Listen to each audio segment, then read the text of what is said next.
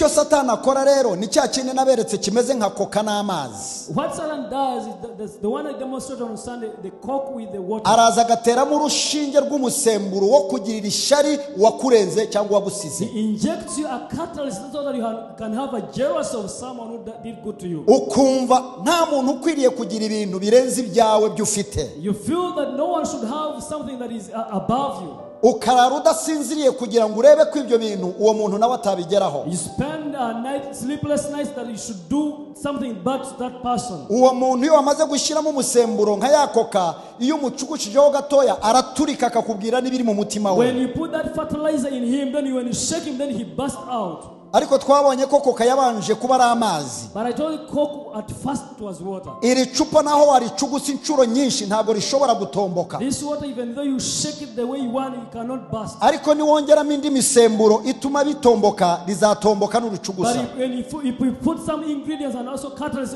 it can burst out. Ishari rero ntirituritsa urigirira, ahubwo rituritsa wowe. The jealousy doesn't burst the one himself, but it bursts the one who's neighboring to Murimo him. murankurikira bene data. Are you following? Tugeze rero ku kindi cyo nabasezeranije kivuga ngo complaining spirit.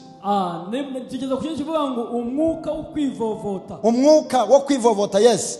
When somebody is a complainer, Iyo umuntu yivovota, what is the complaint? ese aba yivovotera iki? It's to express dissatisfaction or annoyance. Abageza kugaragaza kutanyurwa cyangwa uburakari. You are not satisfied with what you are doing. Uba ntabwo ubunyuzwe n'ibyo urimo ukora.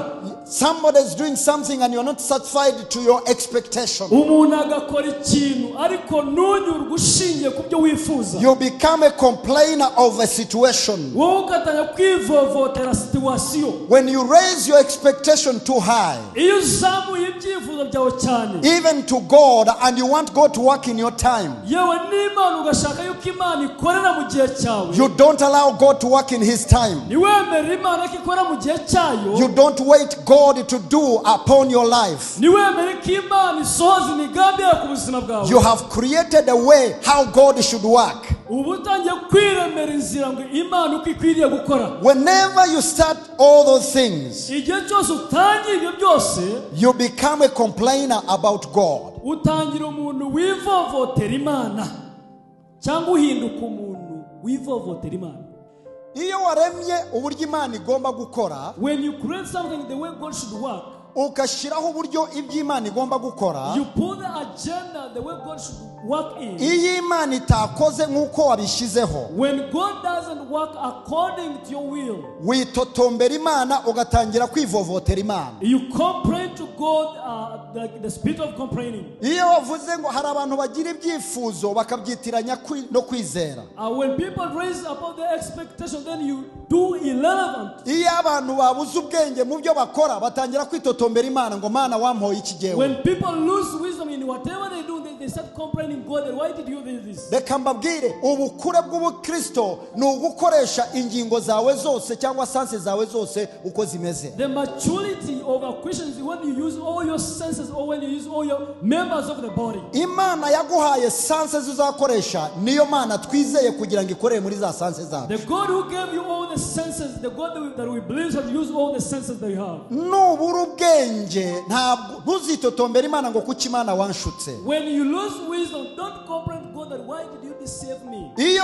twitotomba rero tubuza impumuro yo kuramya Imana kugira ngo igere ku Uwiteka. When you complain, then be careful because you want to reach the level of worshiping God. Ntabwo wakwitotombera Imana imwe ngo wongere ujye kuramya iyo Mana. You cannot complain to that God, then you are going to worship the same God. Ntabwo wanyita umujura kandi ngo wongere umbitse icyo ushaka ko nkubikira. You can't call me a thief, then you give me something that I should give it for you. Tugomba kumenya ko Imana ari Imana ishoboye byose. We should understand that our God is able in all. ibitaragenda neza igihe cyacu ntabwo kiragera, ntitugomba kwitotombera Imana. Things that have not yet done well, we should wait upon them. komeza kuramya Uwiteka naho ibyo ushaka utarabisingira mu ntoki zawe. Keep worshiping the Lord, and even though you haven't received whatever you want, ni Imana ikorera mu gihe cyayo no mu nzira zayo. He's the God that works in His time and His ways. Bibiliya iravuga ngo inzira zayo zitandukanye n'izacu. The Bible says that His ways are different from our ways. uko yibwira ntabwo ariko twibwira. The way He tells Himself is different the way we tell ourselves. ni Imana itagereranywa n'ubwenge bwacu. He's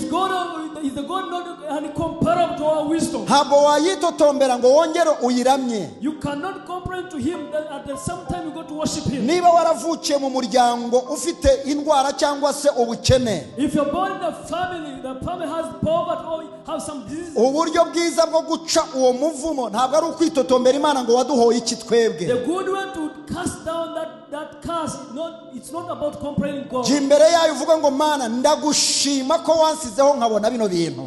Thank God, I appreciate it because you have put me a place to worship you. nzi neza yuko ari igihe ushizeho kugira ngo mpindure amateka y'iwacu. I know you have positioned me to change my family history. Mana nzi neza yuko ushobora byose. Father, I'm sure that you are able to do everything. ndagutumiye mu buzima bwanjye kugira ngo mbe itangiriro ry'umunezero mu muryango I wacu. invite you in my life that should be the original, the starter of the point. ntabwo uzitotombera Imana kubera umwana yarwaye. You want to complain to God because the child is sick. ntuzitotombera Imana kubera imodoka utaragura. You won't complain to God because you haven't yet bought a car. Bibiliya iravuga ngo yemwe mwa bantu mwitotomba mwe The Bible says those who are complaining to God mukiganyira, and also be wise to Him. ninde muri mwe ushobora kwiyunguraho n'umunsi umwe? Anyone who can add any day upon Him. niba tuza imbere y'Uwiteka kuyiramya, If you come before God to worship, tugomba kwitandukanya no kwitotomba. we need to separate. In that complaint, bizakubyarira umuzi w'ubusharire. it will bring you a root of anger and also bitterness. uko tubana n'Imana rero niko tubana n'abantu, nuko nguko. The way we live with God, that's the same way we live with people. burya ibyo ukorera abantu niyo ugeze imbere y'Imana nibyo uyikorera. The deeds you do to people is the same deeds you do to God. ariko ndagira ngo mbahe umuti ushobora gukiza kwitotomba kuko kutubamo. Let me give you a medicine can heal us from complaints. nanjye njya mbigira, ntimugire ngo ndi umwere ndi umutagatifu. I also do. Don't think that I'm so pure and I'm sanctified. nanjye umuntu ankorera nabi, ibye expectation zanjye ziri hejuru ye, awe kamakuri ubushobozi bwe, ariko nkavuga ndi kuki ubu ngubu se yabonaga bigize gutya bimeze no gutya. Someone does something wrong to me, then I start complaining about myself. iyo witotomba ntunabona icyiza cyo wakorewe.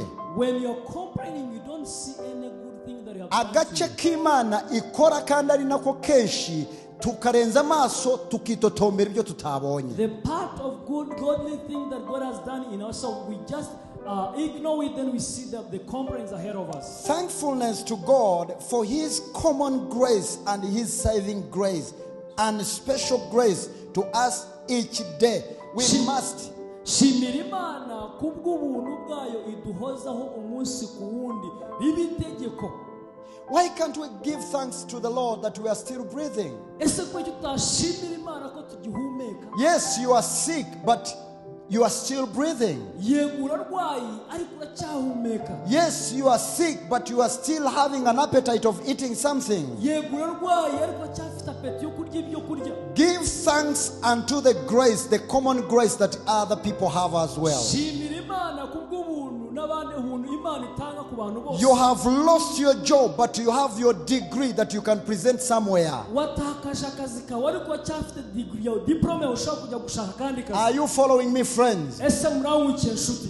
Give thanks to the Lord because you still have your 2 arms and 2 legs you are walking. Shimira Imana kubera ko ugifite amaboko yawe yombi n'amaguru yawe yombi. Give thanks unto the Lord. You still have a place to sleep as a home. Shimira Imana kubera ko ugifite uburyamo aho ubasha kugenda ugahenge ku musaya. Regardless of what is happening around you, wirengagije ibikugose. there are so many blessings the Lord has given unto you. Hari imigisha myinshi Imana yaguhaye. You are still breathing. Uracyahumeka. You are still showering. Uracyoga bikene. You still have power in your house. Uracyafite umuriro mu nzu yawe. You still move and come back. Uracyagenda ukagaruka. You still have a church where you come and worship. Uracyafite urusengero uza There are many blessings that we can count. Let us stop complaining unto what we don't have.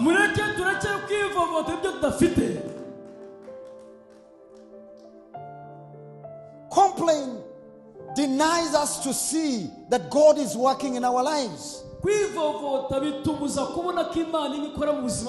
Because our eyes are focused on what we need. And we forget the power that brought those what we have. And yet God is still in the business of doing you good. There are people who complain because of many children. You have a chance of you really controlling it. How about somebody who is looking for one child? You are complaining about kawunga eating every day. How about people who don't know what they are going to eat tomorrow? You are complaining about walking, going to work. How about people who don't have two legs? You have a reason to celebrate God. You must give thanks unto our God.